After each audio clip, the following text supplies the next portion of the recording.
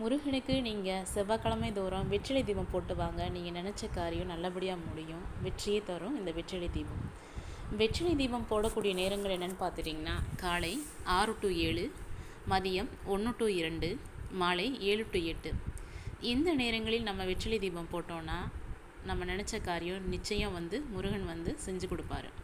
நம்பிக்கை தானே எல்லாம். நம்பிக்கையோடு நம்மளும் செஞ்சு பார்ப்போம். நல்லபடியாக எல்லா காரியங்களும் நல்லபடியாக முடியும். முருகப்பெருமானுக்கு இந்த வெற்றிலை தீபம் ஏற்றக்கூடிய நேரங்கள் ஓரே நேரங்களில் மட்டுமே ஏற்றுங்க. நான் சொன்னபடி காலையில் 6 to 7, மதியம் 1 to 2, மாலை 7 to 8.